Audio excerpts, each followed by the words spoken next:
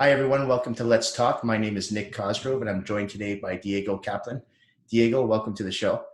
I want to thank you so much for joining me today because you've got a great story to tell. Diego is a professional basketball player. And essentially, Diego, why don't we start by telling people who you are and how you got started in basketball? All right. Hey, Nick, just want to say thanks for having me on. And yeah, so my name's Diego Kaplan, and I'm a professional basketball player overseas. I grew up in Vancouver, BC. Went to King George Secondary School, and then from there, I earned a scholarship at a Division One school at a mid-major. It's a smaller Division One school in Louisiana. It's called McNeese State University. And yeah, and then from there, went on to play professionally. Just finished my ninth season playing professional basketball. I've been mainly in Europe, but I've also played a little bit in South America. Yeah, and even in North America too. There's a couple of professional leagues, so I've been all over the place. Well, that's right. Actually, a lot of people don't know this, but Diego and I, we actually went to high school together. We've known each other for Yeah, over 20 years. But yeah, yeah. how old were you when you first started playing basketball? When I first started playing basketball, I would say like seriously, playing every day. I was about like 9 or 10 years old, and that started off, at the legendary Lord Roberts outdoor basketball Sure. courts. Okay. Yeah. Um, so just basically, started really liking watching the NBA. Started uh, really at that point was when I realized, okay, I really want to be, a professional basketball player, and I want to work on this every day, and I really enjoyed it. So I just spent as much time as I could outside, at Lord Roberts on the outdoor courts, and then sometimes at West End Community Center, and then Cole Harbor Community Center popped up, so then I was going there all the time, and of course around house. So yeah, just playing ball all over the city pretty much. Yeah, I remember every time I saw you, if it wasn't in school, or even if it was in school, you had a basketball in your hands. Um, what I want to ask you though is going to a small high school. I mean, you and I, that high school I believe that we were in had no more than 600 people, I want to say. You're on the basketball team. You're definitely one of the best players on the team. I think you guys even won a few championships together when you were in high school, correct?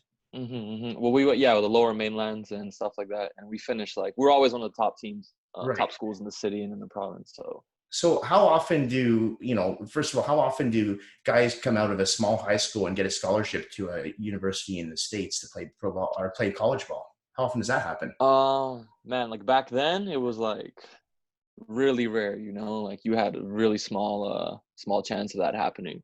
Now it's still like it's still rare. It's still really difficult, but now there's so many different ways that you can be seen. Like a lot more club teams are traveling to the US to get exposure, and then there's also so much social media now and videos and YouTube. So it's like it's not as hard to reach coaches, but it's still. How did now who saw you then? If there was like back then, I mean, so when you graduated high school, it was 2005, is that right? Yeah, that's correct. Okay, so social media wasn't very big back then. So I mean, how'd they find you? Like were scouts at the games? Like how did you get recruited? Basically, I had some scouts come to games, but that was mainly from people from Canadian schools. Okay. And then um, my dad actually he made me a highlight tape, and that was back so 2005 or whatever, 2004, and he actually ended up making it using like two VHS devices, Okay. So he I don't know how he did it, but he used to film all my games, Yeah. and then he just made a highlight video for me, and then basically at that when I finished King George, so I finished at King George, and I didn't have that much interest. I got a letter to go to like a showcase camp in Utah, where there would be some colleges. So I went there. I did well. I think I tried the whole camp in scoring. I was like 20. It was like you just come and you play games, over like 4 or 5 days. You just play a bunch of games, and coaches come watch. Okay. So that's when like I really started getting some interest from schools in the States, Right. a few junior colleges, Yeah. just around like Utah, Wyoming. Um, and then I came home, and then I had been sending out, like my videos to different people, and some people at a prep school in Philadelphia, you know, they got a hold of it, and then they were trying to recruit me to bring me down to the prep school in Philadelphia. And they also sent my tapes to some coaches at like Marshall University, Delaware. So like mainly started on like the East Coast. Then the whole prep school thing, it didn't work out for me. Okay. So then that year after King George, I spent that first year after I graduated from King George. I spent actually working on my improving my grades. I didn't have the good enough grades to play Division I basketball Okay. at that time. So I Right. spent that year, you know, improving my grades, doing some homeschool. I think it's called like Greater Vancouver Distance Education School or something like that. It was based out of Okay. John Oliver. So you just like, they send you like it's home correspondence, homeschool. So I Okay. finished up there, and you know, I improved my grades. I did really well. And then during that time, I was kind of like in between. I didn't know what I was going to do, whether I was going to stay in Canada or like, I don't know what was going to happen, you know, with my basketball dream.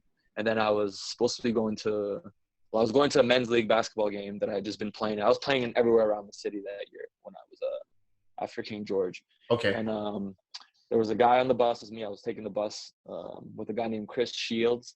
He's actually, you know, like this local guy that plays recreationally, but he's from Louisiana. He's actually an actor. He's actually getting some pretty good roles right now in some Okay. movies. So I just want to give him a shout out. Yeah. He actually played. What's he in? I don't know all the names off the top of my head, but he just played Barack Obama in a movie. He's been in he was in oh man, what's it? He had a small role in The 100.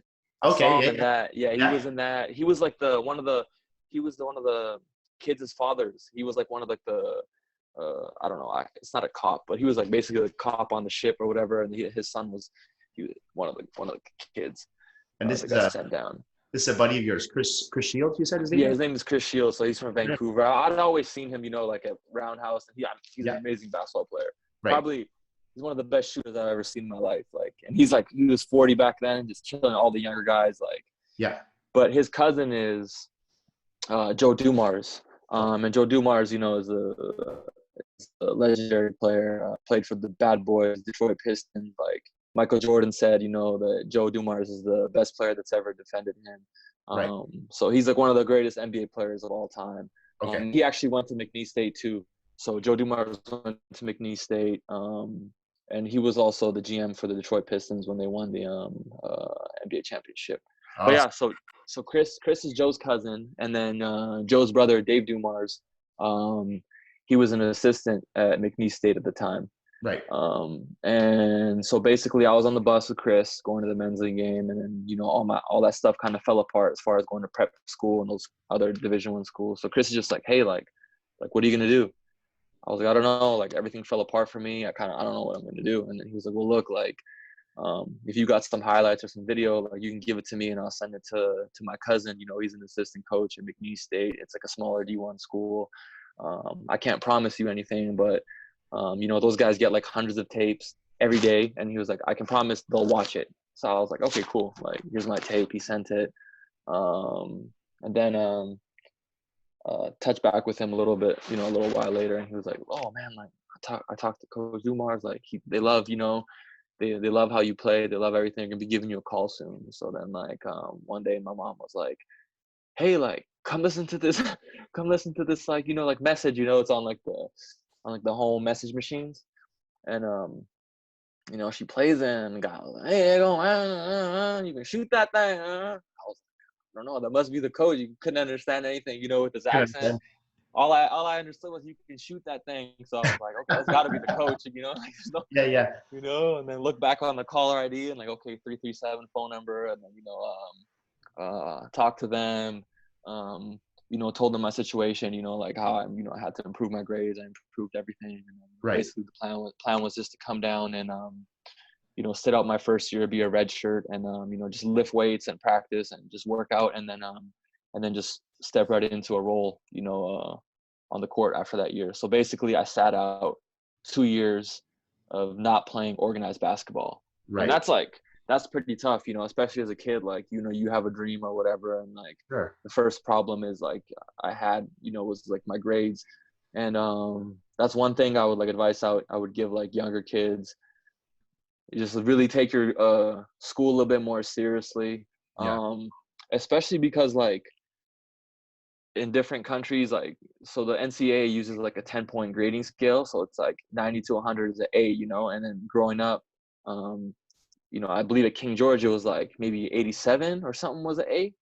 I have So no idea. like, Yeah. yeah, Okay. it was something like that. So it wasn't a 10-point grading scale. So it's like, it didn't matter um, uh, the grade you got. So if my thing said an A and I had an 89, well, when they transfer that over, that's a B, you know. I don't Right. have, so that kind of messes with your GPA, right? Sure. So those things I would say is like take it a little bit more seriously, is advice I would give younger guys. So they look at those um things.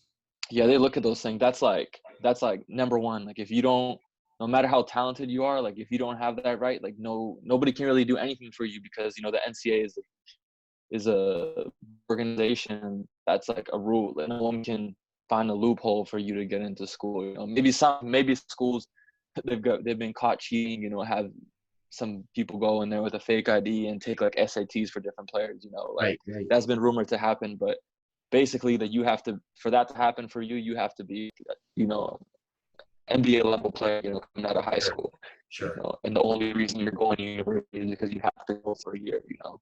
Right. So um, basically, grade, I would tell kids, just focus on grades. Then like that time was really tough for me. Yeah. No, that's good advice. That's really good advice. 'Cause I think a lot of guys coming out of high school, they think, "Hey, I'm really good at my game. I can just get, a scholarship anywhere." But oh, I think we got disconnected from Diego here. Can you hear me? Yeah. Oh, okay. I think we're just having a bad connection. Diego's out in Louisiana right now, so we have a little bit of problem with the Wi-Fi here. What I'll do, Diego, I'm just going to put this on stop for a second just to pause the recording. Oh, there you are. You're back again. Okay. Yeah, just a Yeah. shoddy connection. No, I think that's a great message. But I want to hear now. So, okay, so you get into playing college ball. Now, in your first year there, are you playing? Are you like are you one of the top guys on the team yet, or do you have to work your way up? How does that work? So like after I sat out that year, my first year that I was playing, I was sixth man, so I was like the first guy off the bench. Maybe I think I was in the starting five one game Okay, my whole freshman year, but I was like the sixth man of the team. You know, I would come in and um, it was a perfect fit, you know, for me and for the team, because we had like a good big man, good point guards, good small forwards, but we didn't really have uh, a guy like me, you know, with like a really reliable outside shot, you know, that was just a threat like I was from the perimeter. So it was perfect, you know. Like I played almost 20 minutes a game my freshman year, which is wow, it's really rare, you know, it's really rare for, you know, someone to come in their first year and just get 20 minutes. I mean, I didn't get it, I earned it, you know, I worked you really earned it. Yeah, hard. you worked your ass off. You know, yeah, I really worked, you know. My whole career, everywhere I've been, I've always been the hardest worker. You know, that's one thing, you know, I take pride in. Right. And just how I was raised, you know, and just not only raised, but just something I believe in. Like, um, uh, you can't really replace hard work. You know, there's talented guys that you don't have to work as hard, but I mean, like, no matter what, like, if you work hard, whether you're talented or not, or if you can always outwork people, and then that can help Yeah. lead to success. So my first year come in, like first game of my college career was at Texas A&M. At that time, they had DeAndre Jordan, who was like, um, you know, coming out of high school, he was like maybe the number one high school player in the nation, or he was like top five. So he Right. was like projected to be like a lottery pick coming, you know, that at that time. So we go Texas A&M. There's like over 10,000 fans. Like you're in the locker room. Here I am, like I went from playing, you know, against kids in Churchill, and I'm in the locker room, and our coach is about to talk, and then they start doing their like school chant, and like everything's like shaking in the locker room. You're just like, man, what's going on out there? You go out there, you see all white T-shirts, whited out. You see the band. I'm like, oh my goodness, like okay, I'm finally here. Like, I wasn't like nervous, but I was just excited. Like I was ready to get out there. So that first game, I think I had hit like 2 3-pointers. I had 6 points, and then like second game was at LSU. Yeah. So LSU had like a few NBA players at the time. Well, guys that went on to play in the NBA. This was just after like the year they went to the Final Four. They beat Duke and everything. So Right. they were still like considered a pretty good school. And then that was my second game of my college career. And I hit 5 3-pointers. And, you know, we only ended up losing by 4, you know, and it was like everybody was just like really happy and surprised, you know, that we came out and, you know, almost knocked off LSU, who had actually never lost. Up until that point, they've never lost to any in-state D1 school or any in-state school at home, you know, so we gave them a scare. And then just from then on, you know, it was good that, you know, my second game of my career, that it just worked out like that. Like I hit 5 threes in like in a big game, and where I don't know, most guys, you just don't go out there, your second game of your college career and, just make 5 threes on LSU, not by luck. So, yeah, and then from then on, I had everybody's confidence. All the coaches had confidence in me pretty much just whenever I could get a shot off, they just said, hey, man, if you can take a shot, just shoot it, because they just believe so much every time the ball left my hands. Like they Right. always just thought, it was going to go in. No, you, So. you say you weren't nervous the transition from high school ball to college ball, and especially in the States, because I mean I've seen the photos, I've talked to you, off camera, and we've talked about this, and there's so many people in the crowd, and I mean there's a lot on the line, and okay, you're not nervous, but what's the level like? I mean the level playing field of playing against guys like now who are most of them are on scholarships, I would imagine. Mhm. Going from playing high school ball to college ball, what was the skill level like? Did you find it was much more difficult for you? I think the year I sat out, I Yeah. think it was extremely beneficial for me, and even the year after King George, because the year I spent out away from the game when I was done at King George, just improve my grades. I was always going down to the state of Washington. I had some friends living down there, so I would go down there, and I would play like like Tacoma Community College, or I would go to like universities like Evergreen State University. So I would go to like schools down there and play games guys that weren't Right. Division 1, but they were close enough, or some guys were Division 1, whatever reason they had a junior college or like a D3 or D2. Maybe they couldn't get the grades right. Maybe they had, they just had some bad luck or just maybe been in trouble before. Right. So like I knew right away. I was like, oh, okay, like I can hang here. And then also before I went to McNeese, I wanted to visit, and we played some 5-on-5. I played 5-on-5 against the guys. And there were a bunch of older guys. They were all like, like juniors and seniors. And then I played really well on my visit. Like my visit was like, I played really well against like the older guys and the best Yeah. guys in the team. And then I was like, okay, like from that point, I was like, okay, like I know I can play at this level. So Right. then just sitting out my year, being around them for a whole year, like I got the opportunity to really adjust to just the difference in going from playing against guys that in Canada and then down here, it's really different, like a lot of people can say like what they want, and Canadian basketball has improved a lot now, but back then like people still always said, oh, whatever, like like guys are just as good here, and like yeah, guys are like just as good there, and then skill wise, yeah, but just the athleticism, Yeah. um it's on a different level. Like so when I would go home and play in the summers, like it would be so much easier for me to play at home after I'm Sure. done playing with guys down here. And like, you just have to have a dog mentality, because like, like a lot of guys don't come from, uh, just backgrounds where they've ever been given anything. A lot of these guys were best players, on their high school teams, here in the States. I had my freshman year at point guard. Um, when he was in high school, he was like the best player in the state of Louisiana. His high school team was ranked #5 in the whole country, and just because of his grades weren't as good, he didn't end up going to like Kentucky or Texas A&M, and then he ended up coming to McNeese State. So there's a lot of talented guys that go to like the smaller schools, and you really you just got to be a dog. Like I would go in the game, and I would have to you pretty much have to rely on the work you put in, because if you didn't put in the work, you wouldn't have the confidence. So I was always telling myself, like, that was like the thing I told myself, I'll take my chances with the bricks, Yeah. because like I know I've been shooting, all summer my 500 shots a day. So Right. you know what, like I worked on it. It doesn't matter. Like just shoot it. If I miss, I'm missing, but it, I believe it's going to go in more times than it's not, because I put in the work. So I just let just naturally, the muscle memory. I just let the muscle memory Sure. take over. I just try not to think about the fans or a guy that I had watched the year before on TV play like in the NCAA tournament, and I'm like, Right. oh, I turn around, oh, this guy's guarding me right now. Like I try not to think about those things, especially coming from Canada. It's just like you watch so much like D1 basketball on TV, and then you see all these guys, and then it's like I went from like watching those guys, in the NCAA tournament, March Madness, and I'm like, oh, I'm playing against you now, So I think it's like, yeah, I think the best mentality is just to be like, you just have to be a competitor, Like we're all humans. Everybody we all put our pants on the same way, Sure. Like one leg at a time, Like if I get punched, if he gets punched in the nose, we're both gonna bleed. So, Yeah. I mean, yeah, you just try to block out everything, fans, TV, hype, and it just like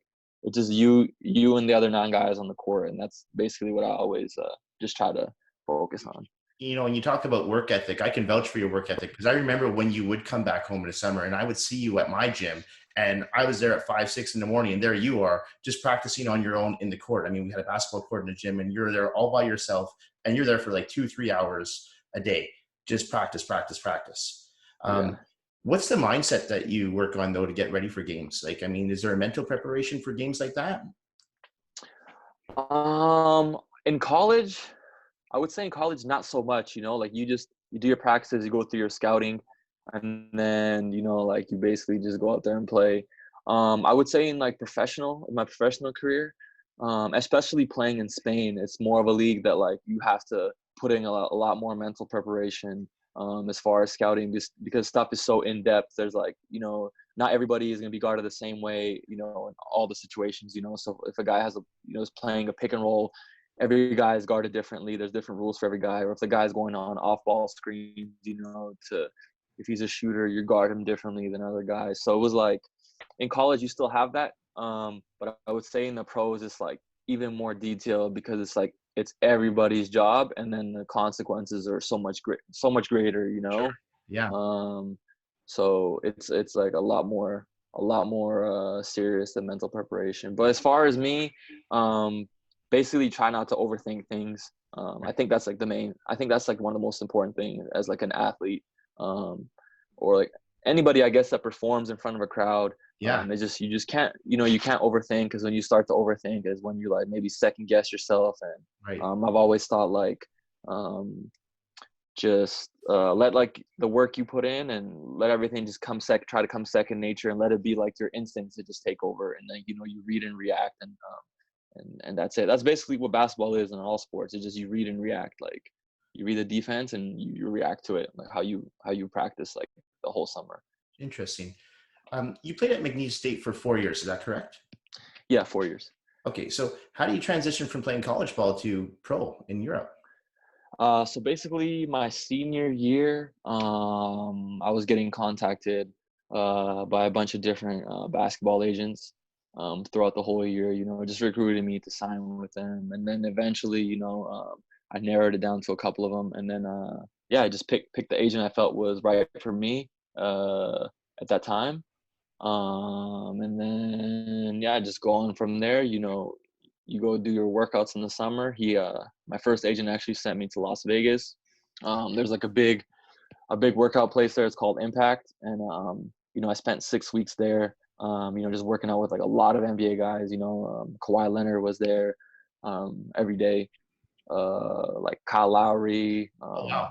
Big Yeah, things. so it was, I can't even name how many guys. I mean, it's a really famous place to go. So I Right. was in there every day. Yeah.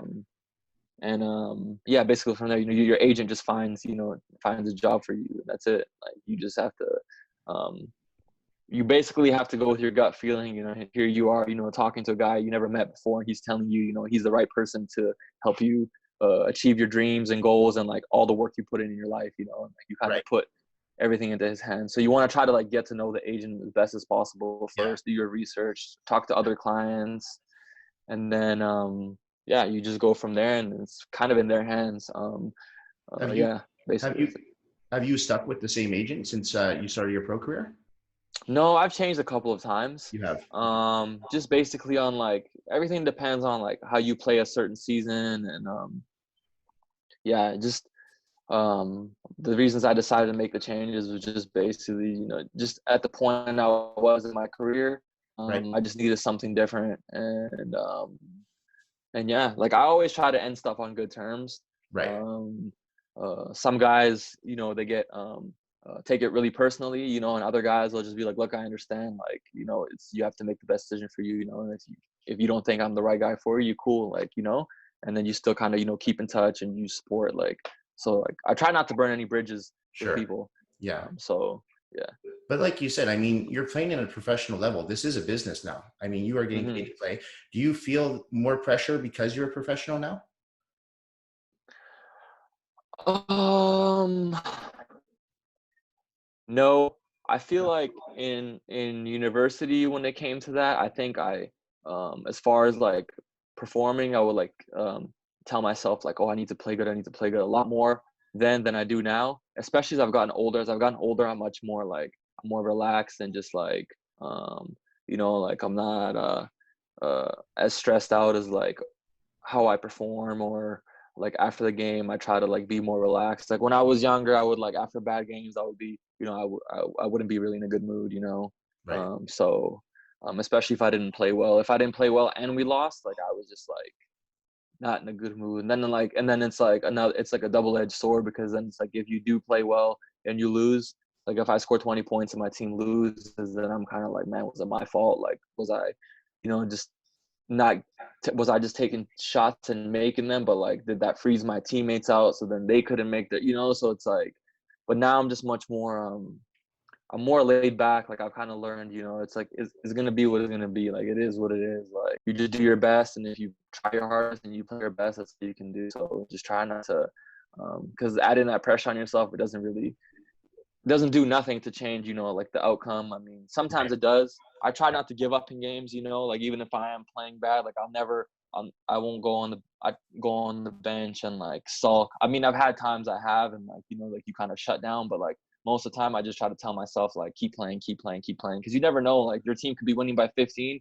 and then you can be up by 1 and coach is like, oh man, go in the game. Like I need you to make shots. And I've had that happen a lot of times Right. where like, you're winning the whole game and then you start losing and there's like 5 minutes left in the game and the coach looks at you and is like, hey, go in.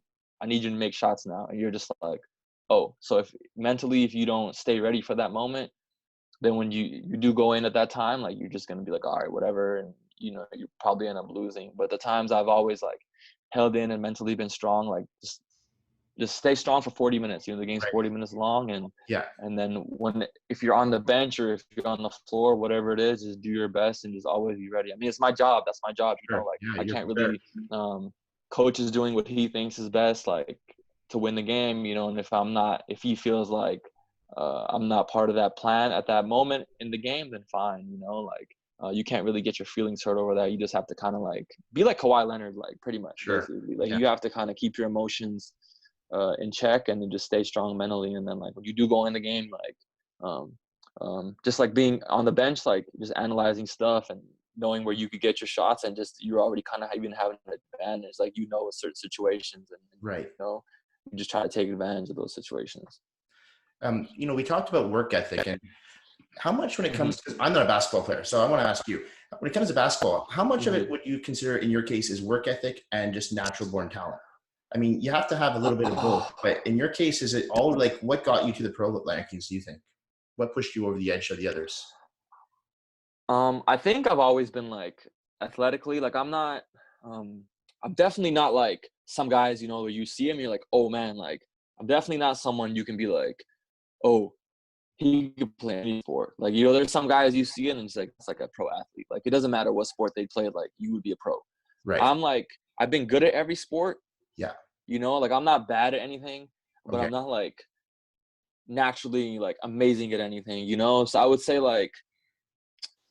was like 75% work ethic Yeah. and the rest was like natural talent. And like I don't even think I'm like basketball wise, I think out of all the sports I played growing up, like soccer, hockey, and basketball, I think I was actually like the worst at basketball. Really? Which is funny, and I chose that. Yeah. Well, basically, that's basically why I started playing. Yeah, yeah. So I stopped playing soccer because my dad was a professional soccer player. So I kind of like, um, just being from former Yugoslavia, like how it's a different mentality. Like, Sure. um, like your parent, like their lives were, like people were tough on them growing up, and then they're tough on their kids. So I was kind of like, oh, growing up, like what can I do to kind of just get away from that, like get away from like my dad's shadow, like him always telling me how I'm not kicking the soccer ball or doing this. So I was like, okay, I'm gonna pick the opposite sport. Like Right. he played soccer, he can't possibly think he knows everything about basketball. So like Sure. No. basically, yeah, pick basketball. And I played hockey in between. But then like, we're uh pretty new to Canada. And the financial situation wasn't like, ideal for us. So like you're a growing kid and you need hockey equipment. So Expensive. that got old. Yeah, exactly. So Yeah. that got old quick. So it was okay, I gotta pick something, he doesn't know that much about, and it's not going to be expensive. So basketball, definitely started watching Allen Iverson, and then, playing at Lord Roberts, and just playing with the rest of the kids, like playing 21 at recess and lunch, and then playing 3-on-3 and like dunking on the lower hoops. It was just really fun to me. And yeah, that's what basically got me going in that. Excellent. No, that's great. I really like hearing when people tell me their drive and their work ethics there, not just in sports, but in business. Like if you don't have that work ethic, you're not going to succeed. That's like anything in life. I want to talk to you about married life because I know you met your wife, Liz, when you were at McNeese State. Is that correct? Yeah, that's correct. How long have you guys been together? We're going on 11 years together, just being together. And then this will be the 3rd year of marriage, July the 11th. What's married life like?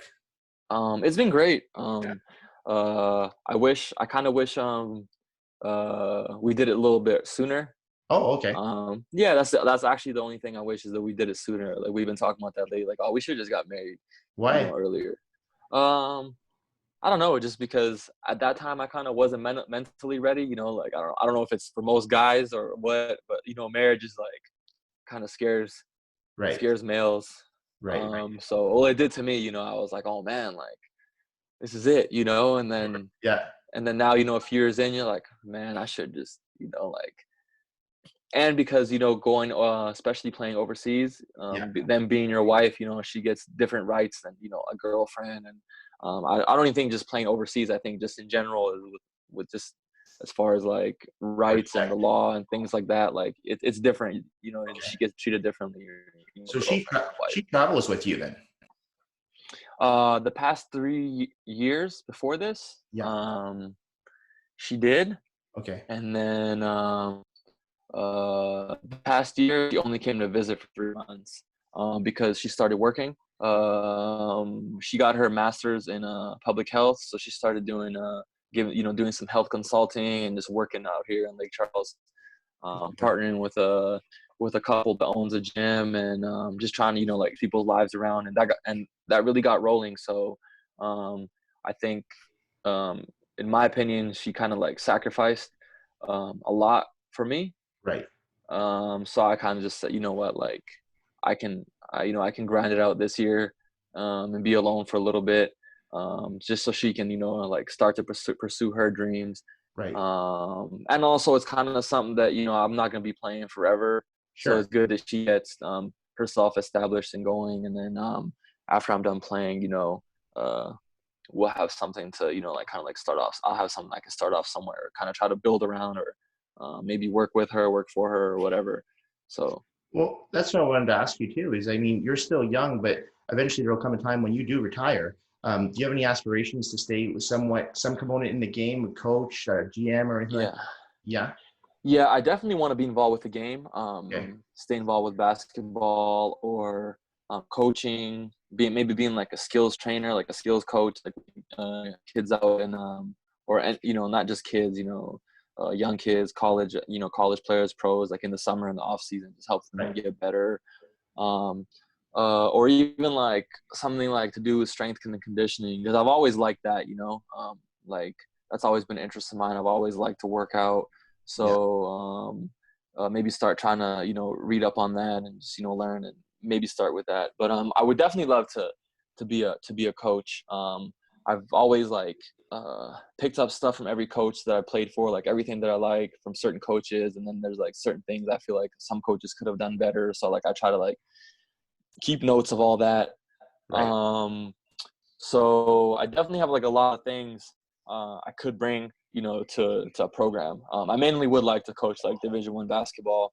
Okay. And even now, like I talk to kids, I try to like kids and college players, like I try to just give them advice, and especially like and even young professional guys, like I just try to give them advice like where I made mistakes, just so they don't make the same mistakes as I did, because I wish I would have had like a little bit like of a mentor coming out of university, just to be like, hey, look, like do it this way, like this is, like a lot of times I found myself kind of just having to make my own decisions, not having too many people to like to lean back on advice, because it's important to like be able to ask like a bunch of different people their opinion, and then you kind of just base your opinion around that, which helps you make a better decision.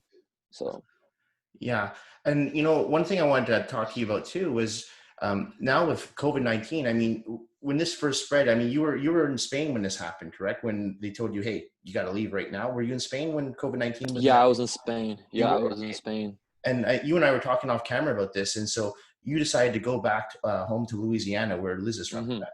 Yeah. Yeah, yeah, that's correct. So, So basically, yeah. oh, sorry, go ahead. No, Go no, go ahead, go ahead. ahead. I want to hear what were you going to say? Oh, okay, yeah. So yeah, basically I was in Spain Yeah. and we were just going on, like, everything was normal, and then Italy had like went on lockdown, Sure. and then I was reading stuff that Spain was directly on pace to be Italy, just 10 days behind. So that day, coincidentally, we had a team meeting, and it was just about a team vote. All the players were gonna vote. Um, what we felt we wanted to, do as far as like how we wanted to play the rest of our games, whether it would be with fans or to Right. play without fans. And this was just like to give our opinions, to voice the players' opinions, and then to go to the league and say, hey, like all these teams, this is how every team feels about playing the rest of the games. Right. Um, oh, and also one of the choices was to cancel the season. Okay. So, or to suspend it, to not play any games. So my team actually voted in favor of not playing any more games. Right. And in that meeting, I voiced like, like, hey, like you have foreigners here, like all of you guys, you're local, you're here, and you can get to go home, to your home, even though you may be on lockdown or quarantine, like you'll be with your family. Like, I think it's important right now to think about the guys that aren't from here and like what's going to happen when, like flights start getting canceled and, borders start getting closed, like how are guys going to get out? And, my team, they were like, yeah, you're right. And then went from not knowing what's going to happen it was like a Wednesday or a Thursday. Okay. Like at that point, they're like, oh, we're still playing Saturday. And, that evening it was like, okay, season suspended.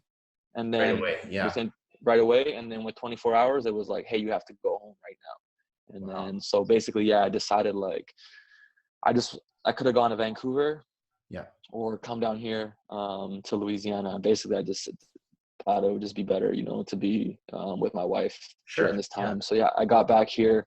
I did the recommended 2-week quarantine. Like it was, my wife did it with me. So we just got a bunch of groceries, and then we stayed in the house for 2 weeks.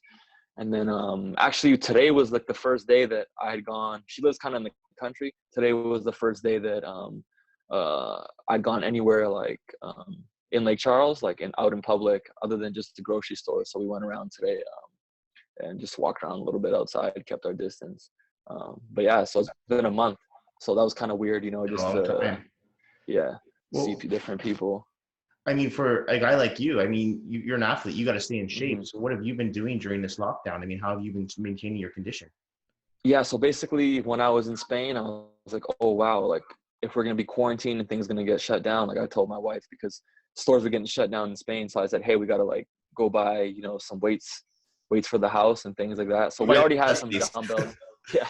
Yeah. So she went and got some kettlebells and like a whole bunch of stuff. And then so it's about 2 acres of land here. So I have like I go, take all the weights outside, and then it's been pretty sunny here. So usually just get all my workouts in the morning. I pretty much spend like half the day, the first half of my day, just being outside pretty much. I'll do my weights. I'll get my, I got an air bike.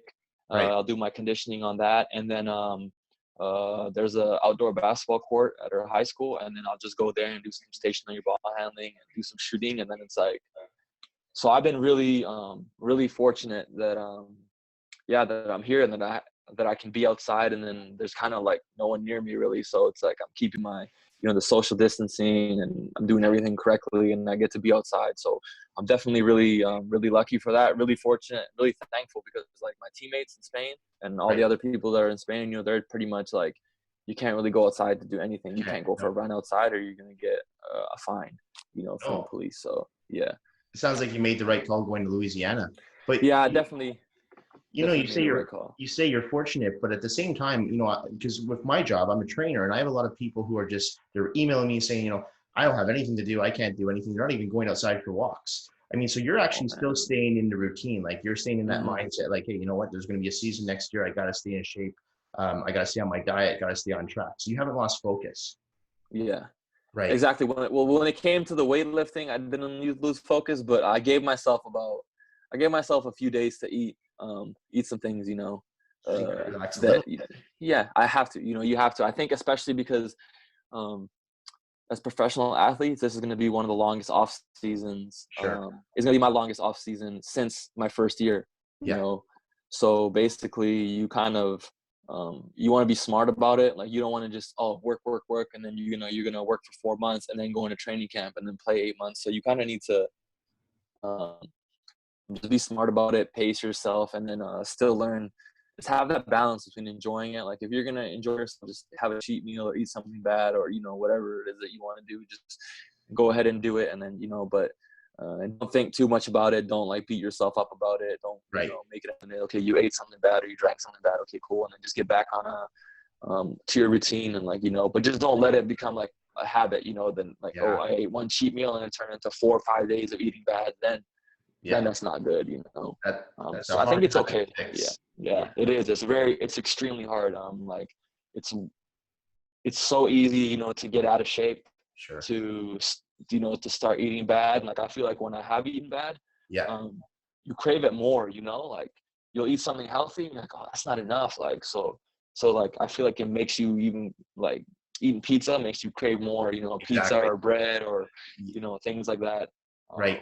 So It's funny because when it comes to cheat meals, the one thing I always tell my clients is try to have your cheat meal as the last meal of the day, because like you mhm, said, you start craving it more and more. So if you have it at the end of the day, you go to bed, you wake up and, hey, I'm going to have my oatmeal or whatever. You're back into that routine again. mhm. So, Yeah, I yeah. saw one thing I always recommend with cheat meals is try to have it more towards the end of the day as opposed to maybe the beginning of the day.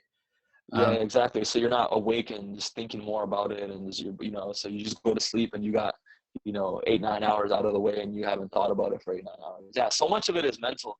A lot of the things are mental. It Like, is. Yeah. and your mental affects your physical so much. So, um, 100%. yeah, I think it's really important to be in a good place mentally, especially now. Like for me, like I said, like I can move around, be outside, Yeah. but even like the first few days I got here, there was I think it was like a Sunday. Sundays are pretty slow, like don't really do anything. And Right. then I start getting a little delirious, and anxious. Like, so I can't imagine what it's like for people that are like spending like a week at a time, not leaving their apartments. Yeah. And I have some friends like that, like I talked to one guy, he hadn't been outside in over a week. And I was like, wow. And I was like, well, people are like, I see pictures of people, at least walking around outside in Vancouver. Right. It was like, no, like, I'm not going to do it. So I'm like, oh man, like it's tough. It's hard. It's hard, not just physically, but on your mental health Mhm. too, to be in that kind of Yeah. environment for so long. And I mean, we need to be outside, right? And we need to Mhm. interact with other human beings. So it's definitely difficult on people's mental health right now.